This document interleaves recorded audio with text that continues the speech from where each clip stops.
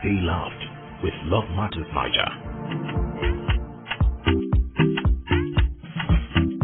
There's a place that's only meant for you and me. Oh yeah, 'cause you matter to me. Your love matters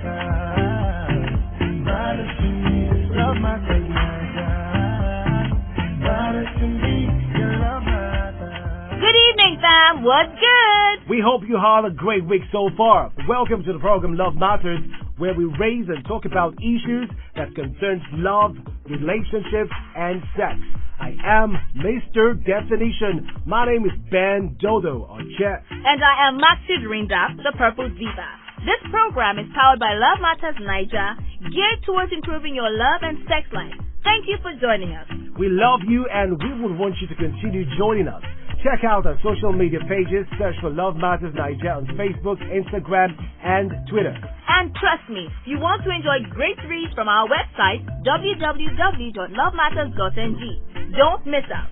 Please, we have our Love Diaries once every month, where you get to send any question you have regarding love, sex, and relationships to any of our social media pages, and we get answers and workable solutions for you from counselors and relevant authorities on the subject. So send in those questions now, fam. Okay. Tonight is a mellow one. On the program, we will be looking at how to deal with trauma, both as a survivor and as the partner of a survivor. Do stay with us. My name is Kiki. I am a Nigerian and I have the right to love and be loved. Completely. Everybody has that right. I should not force anyone to be with me. My name is Tolu. I am a Nigerian and I have a right to choose and to say no. Everybody has that right. I should not force anyone to do what they do not want to do.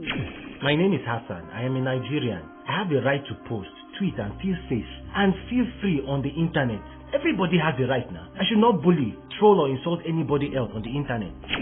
My name is Chichi. I am a Nigerian. I may be living with disability, but I have the right to my body. I can like what I like and hate what I hate. Everybody has that right.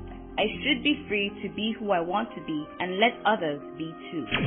You are a Nigerian. You have a right to be safe, to be free, to choose, to be. Don't compromise the rights of others. Stay true, stay connected, stay loved with Love Matters Niger. Love Matters.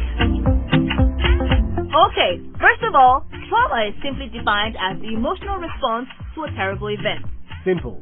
Now, we need to understand that human beings are different. Upbringing, environment, and experiences shape our thinking and thus our emotional quotas. So what can be classified as traumatic for me might not even move another person because they have probably endured and seen more things than I have. But this doesn't mean that they are stronger than me though. Someone once said, we mature with damage, not yet. So true. There are things that some teenagers have experienced that I cannot even imagine, not to talk of living through it. The guy who testified in our testimonial earlier spoke about the robbery experience and how it affected him. Some people will hear that and proceed to reel out how many times they have been robbed and how it did not affect them. This is totally wrong. When it comes to trauma, you cannot really expect to know how the person in question is feeling. It is this mere lack of empathy that has made many traumatized people lose their partners and eventually themselves to the trauma and grief. Really sad. But you know we always say on the show that it is never too late to learn. What you don't know will bust itself over you. Yes, please. Knowledge is power. Now, did you know that although trauma is an emotional issue, it can manifest physically in aches, constipation, diarrhea, severe insomnia, and some others? Did you also know that the emotional effects can manifest as unexplained irrationality, irritability, hyper-alertness, flashbacks, nightmares, and so on? Did you know that even months, sometimes years after the traumatic event has passed, people still experience vivid flashbacks of the event with the exact feelings that were involved at the time it happened? Please stay tuned on the program today so that tomorrow you will not say a traumatized person is too much work.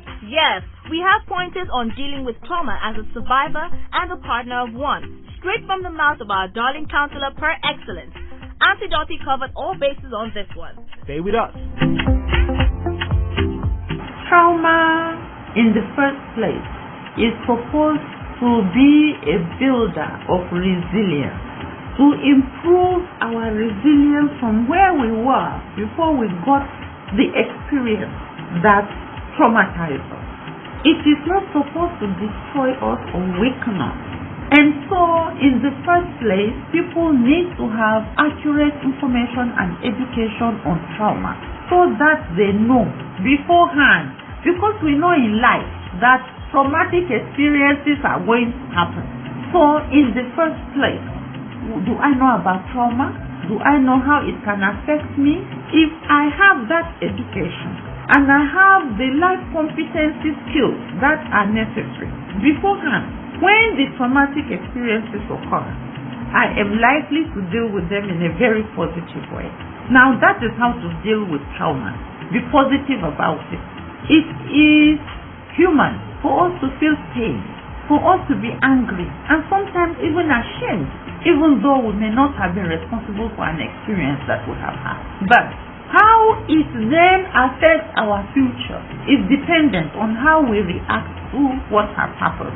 We can deal with trauma by embracing that aspect of our life which has occurred and taking it as a seed that is sown in us for some greatness that is supposed to come out of us. It means that if I have an experience that is traumatizing, I am not going to sit and brood and dwell on it and be imprisoned by it to the point that I cannot think of tomorrow. That even when tomorrow comes, next week comes, I am still chewing on my trauma. That is the wrong way to handle trauma. First, you must believe that every pain will go. Come push, come show. All pain will go. It's a matter of time, education, care, and, our own attitude to what has happened. So, rule number one, this trauma is possible to heal. It will go. It doesn't have to remain. And once we have that as the number one step towards handling trauma, then the rest is very easy, because it means we will just be doing step by step those other things that will incrementally move us from our condition of pain to our position of healing. Second thing is to see it as an experience that is supposed to make you a better person and a stronger person, because that is what the experiences we have are meant to do. They are not meant to break us, they are meant to build us. Then the next point is to have the understanding that every experience we have that is traumatic, every pain we suffer, is supposed to put us in a position of help and support for other people. Because on the path of life, you're going to encounter those who are having similar experiences.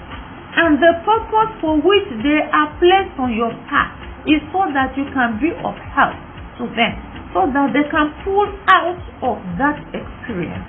It will be a shame that they will now come across us and we will, instead of joining hands with them so we can heal, we are wallowing in the trauma and thereby getting consumed by our pain.